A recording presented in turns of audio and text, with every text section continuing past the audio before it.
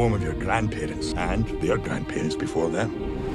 But out there, beyond the edge of the world, lies the home of the dragons.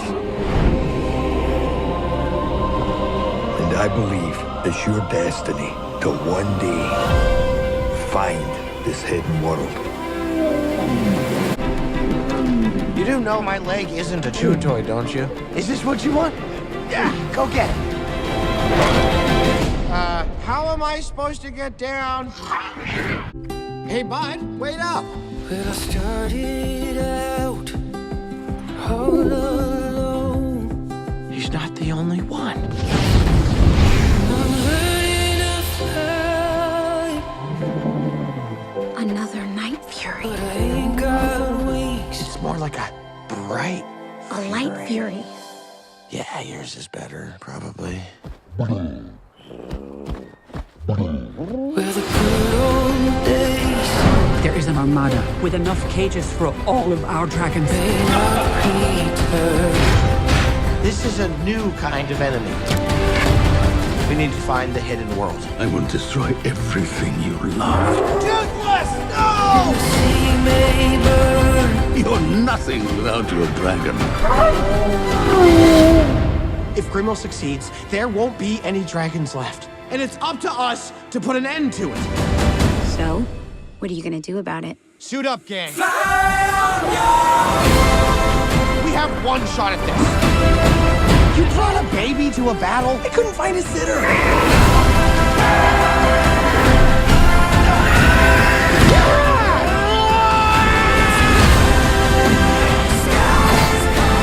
The hidden world. It really does exist. Now that's a king. You're right, bud. It's time.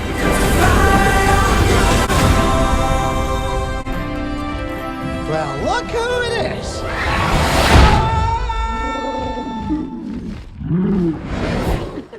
Not a word. This is Berk, son. It was my job as chief to protect us. And one day, when you're all grown up, that job will be passed on to you. And out there, beyond the sunset, lies the home of the dragon. And I believe it's your destiny to one day find this hidden world so that people and dragons will fight no more. Hello, I'm back for another video. My name is Josh Kasich, and today I'll show you How to Train Your Dragon 3 trailer. Now, from watching this trailer, it looks really awesome.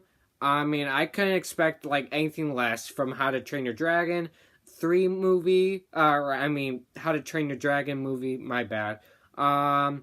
So, basically, I love the second one. The first one I liked. But like I feel like the second movie always does to the first one is make the first one boring. Like I don't know why, but that's how I feel. Like I feel like here's How to Train Your Dragon. Okay, here comes How to Train Your Dragon 2. Not only does it step it up a little bit, it goes up here. So that's how I felt like what happened with the second one. Because there's probably a lot more action-packed. There's a lot more stuff to it. So, one thing cool about these movies is to get to see the new dragons they show, what colors they have. And from one of those scenes where you can see going into the new world of dragons that we're going to explore, we definitely see a lot of color. And that's really awesome. Like, I can't wait to see the new dragons we're going to see. What I'm a little disappointed is because the villain kind of has the same presence, you know. The second one, he wants to take out dragons by collecting an army of dragons. So, it's like, he's still hunting dragons, but he's doing it with an army of dragons. This guy, he's still hunting dragons. I don't know if he's going to necessarily use an army of them, which I don't think that's what he's doing. I think he's just hunting them, but it's kind of the same presence, which is a little annoying. And I also feel like this from watching this trailer, it feels like they're kind of retconning the first one, unless they have a story or a point aspect to why the father changes. But like in that beginning, it says that he's talking to his young son. I'm sorry, I forgot his name. I really shouldn't have, but it's literally been a while. So, I'm really basically going on this by memory. Toothless is the one name I can actually remember throughout the series. No joke. That I literally, that's the only one I can remember right now. But other than that, but yeah, it's kind of weird because he's talking to his young son, saying that it's your destiny to find the home of the dragons, and make humans and them be friends. But it doesn't make sense because in the first movie, which his son's way older from that trailer, and he's not like that at all. Like when he finds out that his son is friends with Toothless, a Night Fury, he was like mad. Like, I mean, he was upset. Like, that doesn't, like, what? Before in the trailer, it says when he was younger, he says it's your destiny to do that. So why in the first one is he upset that his son's doing exactly what he said his destiny was for? That doesn't make sense to me. Okay? My only opinion, the only way they can fix this is either show in the trailer or in the movie. Yeah, I know I'm judging the movie before it came out, shit. But there has to be a reason why he goes, well, I mean, it's your destiny, son, to make friends. And then something happens to the father. Back to, sorry, that was a error. Sorry. But back to, yeah, so there has to be, maybe back then he was more sympathetic and say that there possibly could be a relationship between them and the dragons, and he believes that his son can do that. And then something happens where he says no one can make them becomes friends with them. No one. Okay. But other than that, I still feel it's kind of still retconning. Even with that, because then, why wouldn't the first one, not explain that, though? If you understand what I mean, right? That's why, I don't know, I don't know what to say. I don't want to judge it, but it just feels to me like they're kind of retconning the first one. But I'm not going to, I shouldn't be judging, and we'll just wait till the movie to figure out what is actually going on, okay?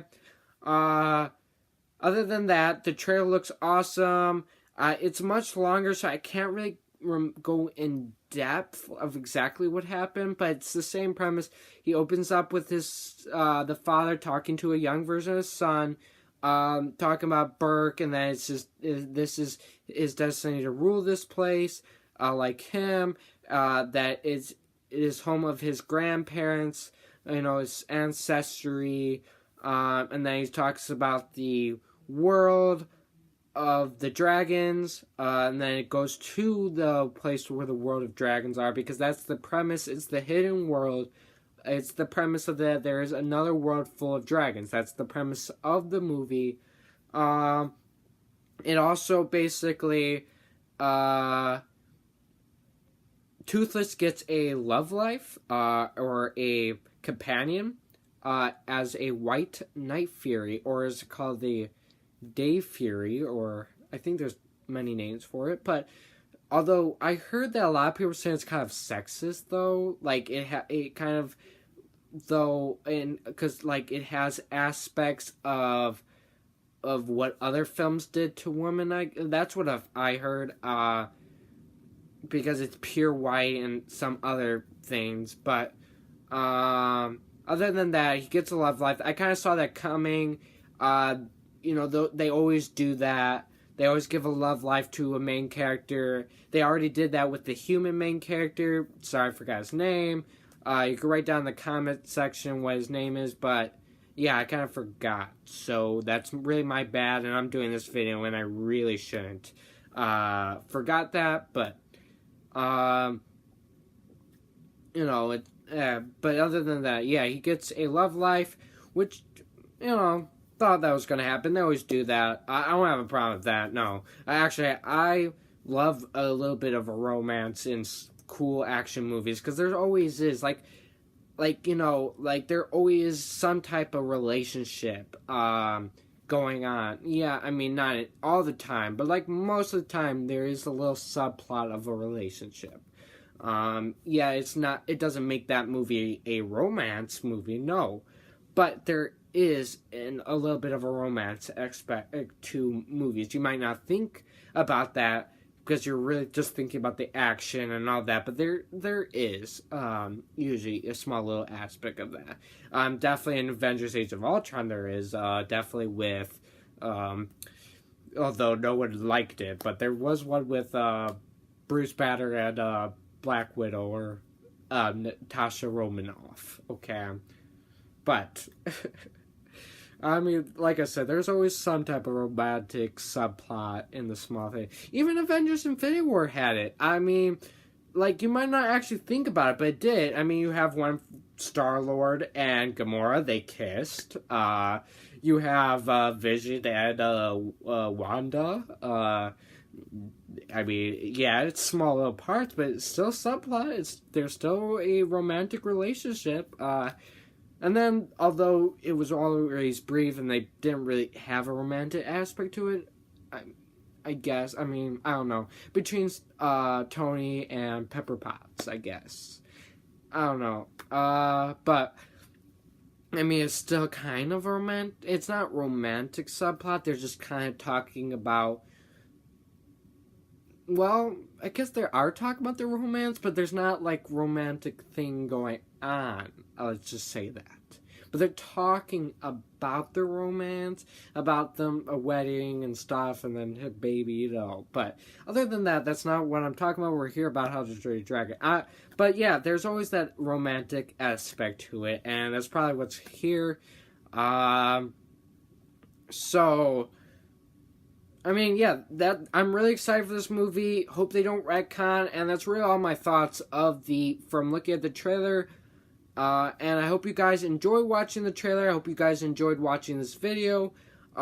Please go down in the description to read about this video if you want to know a little bit about what this is. Visit my website, it has all my videos, or you could just go to my channel. It's really up to you, because there's also a link on the website that goes right to my channel.